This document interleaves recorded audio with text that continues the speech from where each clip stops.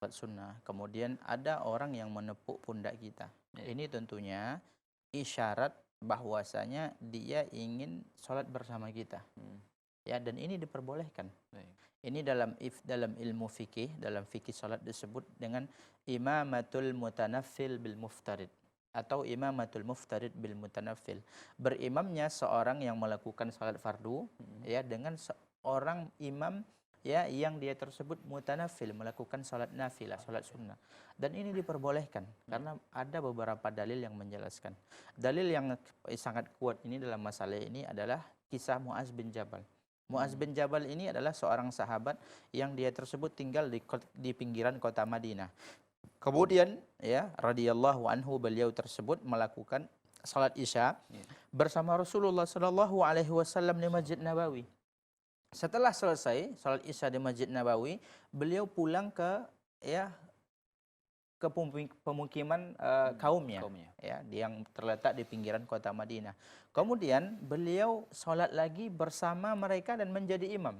Karena ketika itu mungkin di lingkungan pemukiman kaumnya itu tidak ada orang yang menjadi imam kecuali beliau. Jadi beliau sholat dua kali.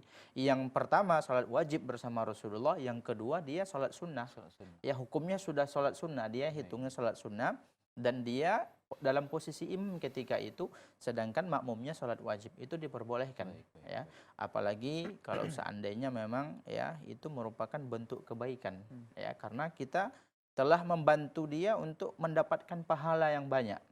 Ya, dan hadis lain, hadis Ibnu Abbas ketika beliau menginap di rumah bibinya Maimunah radhiyallahu anha, dan Rasulullah Shallallahu Alaihi Wasallam melakukan salat, tiba-tiba beliau datang di samping, kemudian awalnya beliau berdiri di samping kiri, akan tetapi ditarik oleh Rasulullah ke samping kanan. Ya, kemudian begitu juga hadis Anas bin Malik, ketika Rasulullah SAW melakukan salat pada bulan Ramadan di masjid, kemudian dia datang, dia berdiri di samping Rasulullah SAW, kemudian salat bersama Rasulullah Shallallahu Alaihi Wasallam. Jadi sikap kita adalah ya kita